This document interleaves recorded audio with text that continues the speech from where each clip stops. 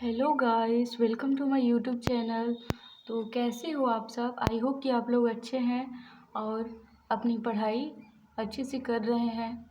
तो आज का हमारा टॉपिक है जो हम पढ़ने वाले हैं वह effect of oxidation reaction in everyday life.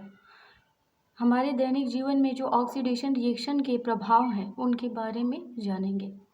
There are two common effect of oxidation reactions which we observe in daily life। हम डेली लाइफ में कई प्रकार के ऑक्सीडेशन रिएक्शंस के जो प्रभाव हैं उनको ऑब्जर्व करते हैं और इन सभी प्रभावों को हम दो तरीके से ऑब्जर्व करते हैं। ऑक्सीडेशन रिएक्शन का जो प्रभाव है वो दो तरीके से होता है। फर्स्ट है कोरोजन ऑफ मेटल्स। फर्स्ट जो हमारा ऑक्सीडेशन रिएक्शन का जो इफ़ेक्ट है वो मेटल से संबंधित है एंड सेकेंड जो हमारा ऑक्सीडेशन रिएक्शन का प्रभाव है वो रेंसिडिटी ऑफ फूड है, यानी कि ये फूड से संबंधित है। ठीक है, ये फूड से रिलेटेड है। फर्स्ट पॉइंट देखते हैं कोरोजन। कोरोजन के बारे में जानेंगे यहाँ पे, तो चलिए शुरू करते हैं। Corrosion is the process in which metals are eaten up gradually by the action of air, moisture और a chemical acid on their surface. Corrosion ऐसा प्रोसेस है जिसमें मेटल के सरफेस पर एक्शन ऑफ एयर का एक्शन, मॉइस्चर का action, नमी का एक्शन और केमिकल जैसे कि एसिड का एक्शन जब होता है तो वो धीरे धीरे मेटल को खा जाता है। ठीक है, धीरे धीरे उस मेटल को डिस्ट्रॉय कर जाता है या फिर खा जाता है। नेक्स्ट देखते हैं rusting of iron metal is the most common form of corrosion. Rusting जो है आयरन मेटल का एक कॉमन फॉर्म है corrosion. Iron metal, rusting of iron metal यानी कि आयरन मेटल का रस्टिंग एक कॉमन फॉर्म है कोरोजन का। ठीक है, जैसे कि डेली लाइफ में हम लोग अपने आसपास देखते हैं जो मेटल्स होते हैं, जैसे कि आयरन पे रस्टिंग जो ब्राउन कलर की परत चढ़ी होती है उसको रस्टिंग बोलते हैं। मतलब कि अगर सामान्य तौर की भाषा में हम जाने तो उसको जंग लगना कहते हैं। मेटल पे या फिर आयरन पे जंग लग जाता है उसे रस्टिंग कहते हैं। ठीक है, जब किसी भी मेटल को हवा में या जब किसी भी मेटल को खुले वातावरण में छोड़ दिया जाता है तो उसमें क्या होता है कि एयर और मॉइस्चर और कुछ केमिकल्स के एक्शन की वजह से उसके ऊपर एक रेड ब्राउन कलर की कोटिंग जम जाती है जिसको रस्टिंग बोलते हैं। ठीक है, आई होप कि आप लोग रस्टिंग अच्छे से समझे होंगे। नेक्स्ट देखते हैं आयरन मेटल का जो रस्टिंग होता है उसको अगर हम केमिकल फॉर्म में देखें तो वो इस प्रकार होगा 4Fe + 3O2 + 2XH2O arrow 2Fe2O3.XH2O। ठीक है, कई बार एग्ज़ाम में इस तरह के प्रश्न पूछे जाते हैं जो क्वेश्चन में पूछ देता है कि रस्टिंग ऑफ आयरन का फॉर्मूला लिखिए। ठीक है, तो अगर आयरन का रस्टिंग पूछेगा और केमिकल फॉर्मूला लिखने के लिए बोलेगा तो आप लोग यही फॉर्मूला लिखेंगे। ठीक है, यहाँ पे इस रिएक्शन में ऑक्सीडेशन और रिडक्शन दोनों हो रहा है। किस तरह से हो रहा है आइए देखते हैं। 4Fe आयरन में क्या जुड़ रहा है? ऑक्सीजन। ठीक है, 4Fe किस में चेंज हो रहा है? 2Fe2O3, मतलब आयरन से ऑक्सीजन जुड़ रहा है। तो डेफिनेशन हम लोगों ने पिछले वीडियो में देखा था।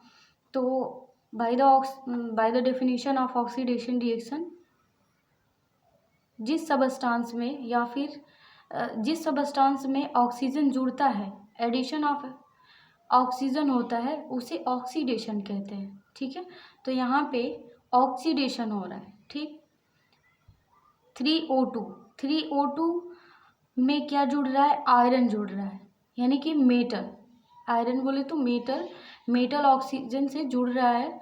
तो यहाँ पे जब कोई मेटल किसी सबस्टांस से जुड़ता है तो उसे क्या कहते हैं? एडिशन ऑफ मेटल किसी सबस्टांस में हो रहा होता है, तो ऐसी प्रक्रिया को हम बोलेंगे रिडक्शन।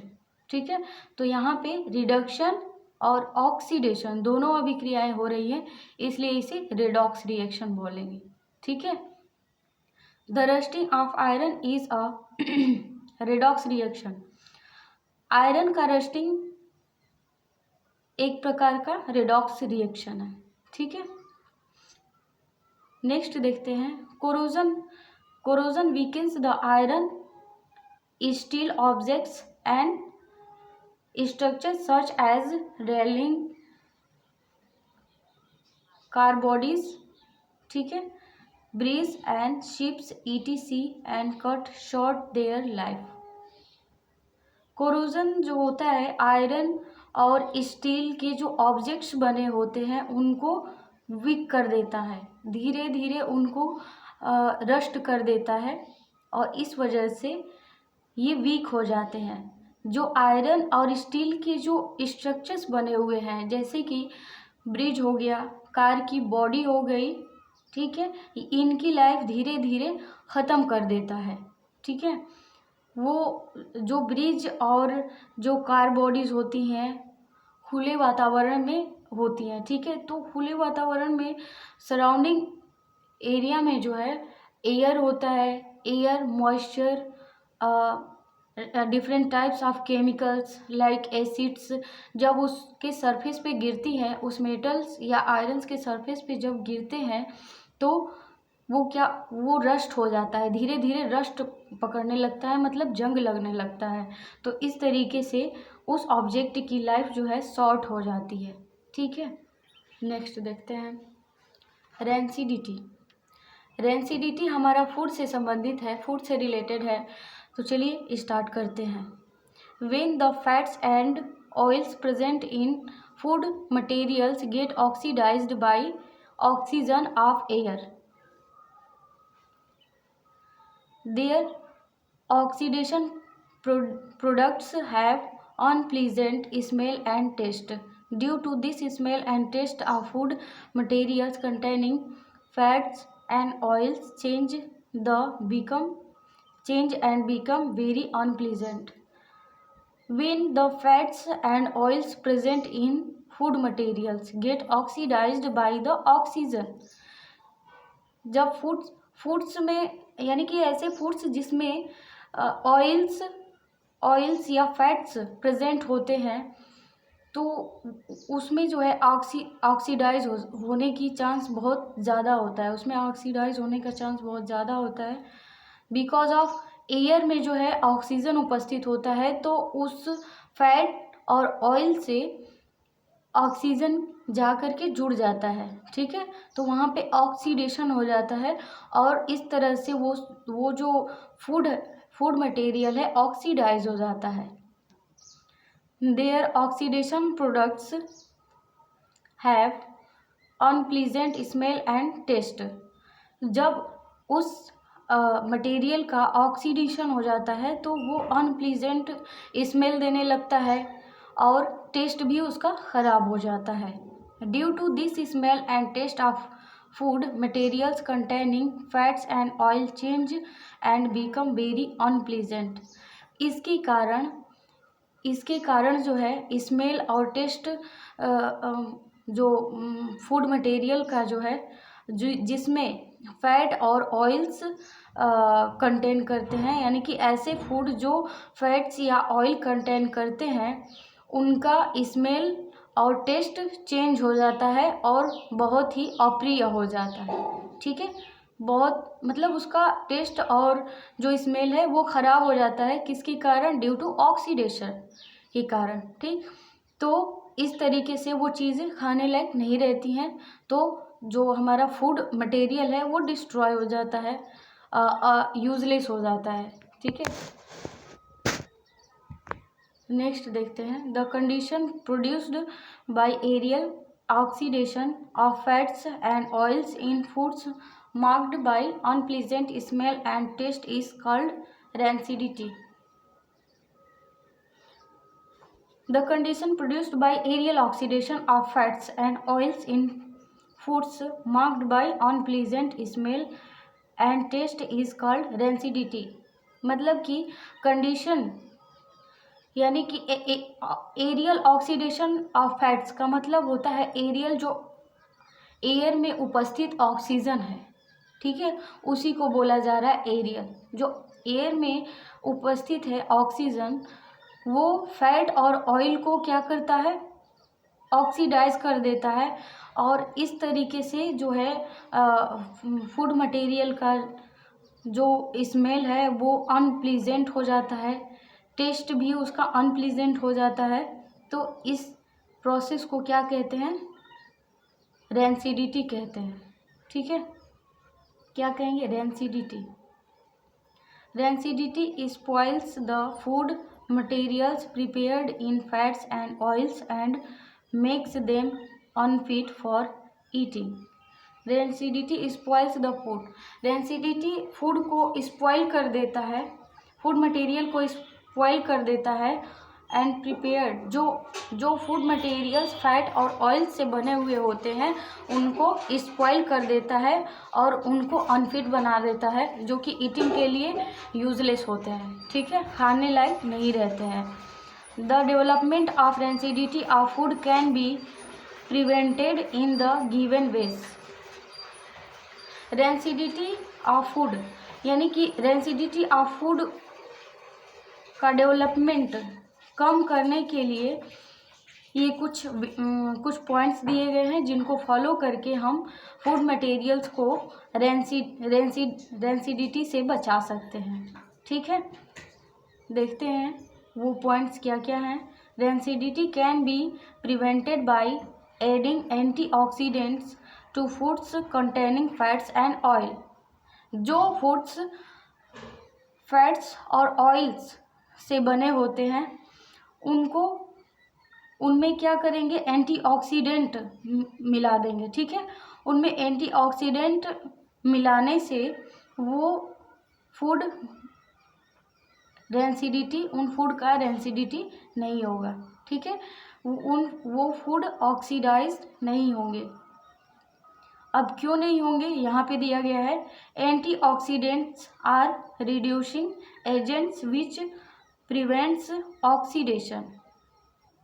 एंटीऑक्सीडेंट्स, ठीक है, ये जो एंटीऑक्सीडेंट्स होते हैं हमारे रिड्यूसिंग एजेंट होते हैं जो ऑक्सीडेशन नहीं होने देते, यानी कि ऑक्सीडेशन होने से रोकते हैं, ऑक्सीडेशन को बहुत कम कर देते, बहुत हद तक कम कर देते हैं, यानी कि ऑक्सीडेशन होने नहीं देते। ठीक है, रिड्यूसिंग एजेंट होते हैं एंटीऑक्सीडेंट। ये पॉइंट आप लोग याद रखेंगे। ये पूछ सकता है ट्रू और फॉल्स करके, या फिर ऑप्शन में भी पूछ सकता है। Two common antioxidant used in food. दो कॉमन ऐसे एंटीऑक्सीडेंट हैं जो फूड में यूज़ किए जाते हैं फूड को प्रोटेक्ट करने के लिए रैंसिडिटी से।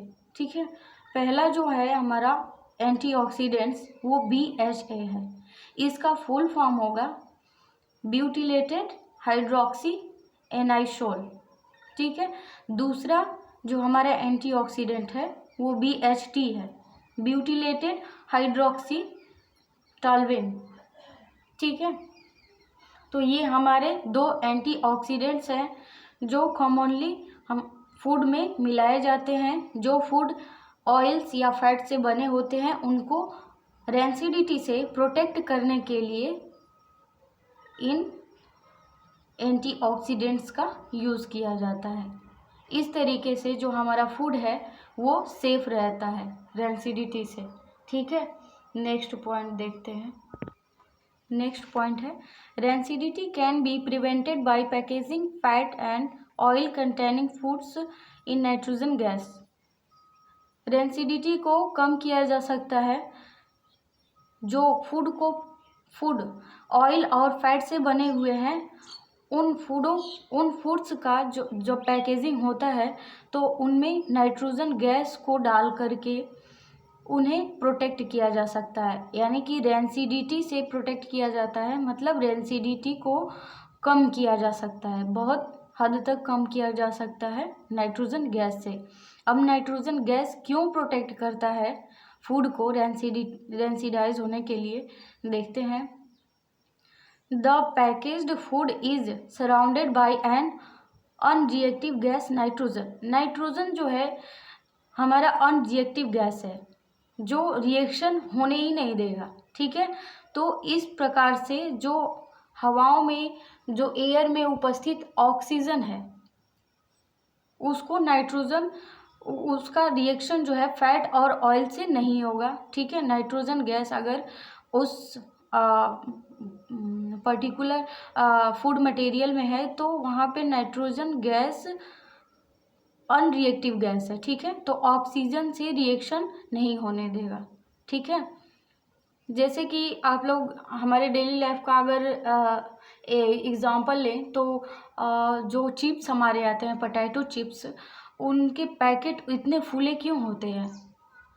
आपने कभी सोचा है? क्योंकि वो जो पोटैटो चिप्स होते हैं, उन्हें प्रोटेक्ट करने के लिए, रेंसिडिटी से प्रोटेक्ट करने के लिए उनमें नाइट्रोजन गैस भरी होती है, ठीक है। जिसकी वजह से ऑक्सीजन उन फूड्स में प्रेजेंट फैट और ऑयल से ऑक्सीडाइज ना हो, ठीक है। फूड और ऑयल जो उसमें फैट और ऑयल है, उससे ऑक्सीडाइज ना करे oxygen.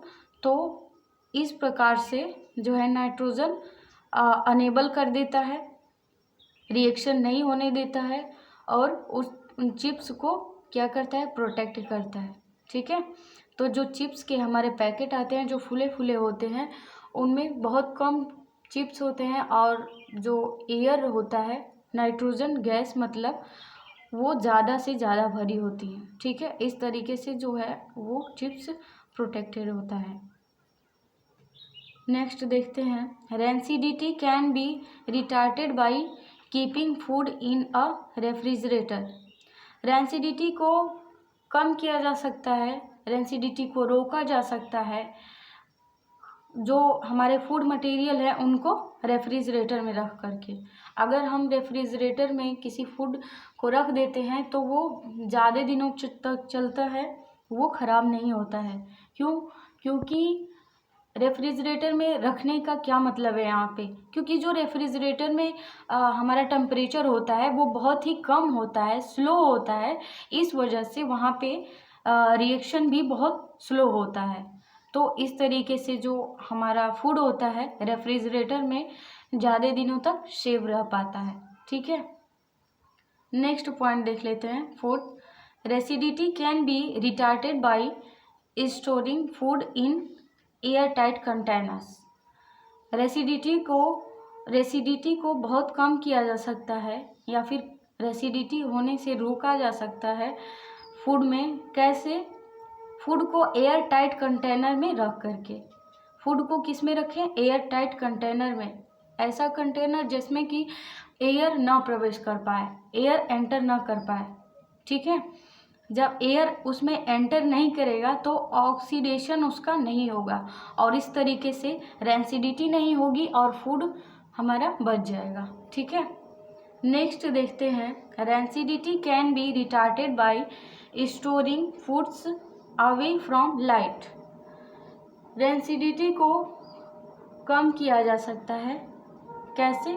Food away, storing food away from light, यानी कि फूड को स्टोर लाइट से दूर स्टोर करके, ठीक है। लाइट की उपस्थिति में कोई भी रिएक्शन हमारा जो है वो थोड़ा तेज होता है, और जब लाइट नहीं होगी तो वहाँ पे रिएक्शन कम होगा, स्लो होगा, बहुत स्लो होगा, ठीक है। तो इस प्रकार से जो है, अगर फूड को हम लाइट में न रख करके लाइट से दूर रखते हैं, तो फूड हमारा कई दिनों तक बच सकता है। यहाँ पे फूड में जो ऑक्सीजन रिएक्शन करेगा, ऑक्सीजन का जो ऑक्सीडेशन होगा वो किससे होगा? जो फूड ऑयल और फैट, जिन फूड में ऑयल और फैट हैं उनसे ऑक्सीजन रिएक्शन करता है। ठीक है, तो यहाँ पे लाइट से अगर हम दूर रखते हैं तो आप लोग पढ़े हैं कि कोई भी रिएक्शन, लाइट भी एक ऐसा माध्यम है जो रिएक्शन की एक्टिविटी को इंक्रीज कर देता है। ठीक है, इसलिए इसको लाइट से दूर रखने के लिए बोला जा रहा है। अगर अंधेरे में कोई चीज़ रहती है तो उसकी रिएक्टिविटी उतनी ज़्यादा नहीं होती है, किसकी अपेक्षा? लाइट की अपेक्षा। ठीक है, तो आई होप कि आप लोगों को ये समझ में आया होगा। अगर वीडियो अच्छा लगा हो तो लाइक करें और चैनल को सब्सक्राइब कर लीजिए गाइस। अगर आपको ये वीडियो हेल्पफुल लग रही है तो कमेंट करें। अगर कोई मिस्टेक भी होता है तो आप कमेंट कर सकते हैं, उसको मैं फिर से करेक्ट करूँगी। ठीक है, तब तक के लिए इतना ही। Bye, thank you.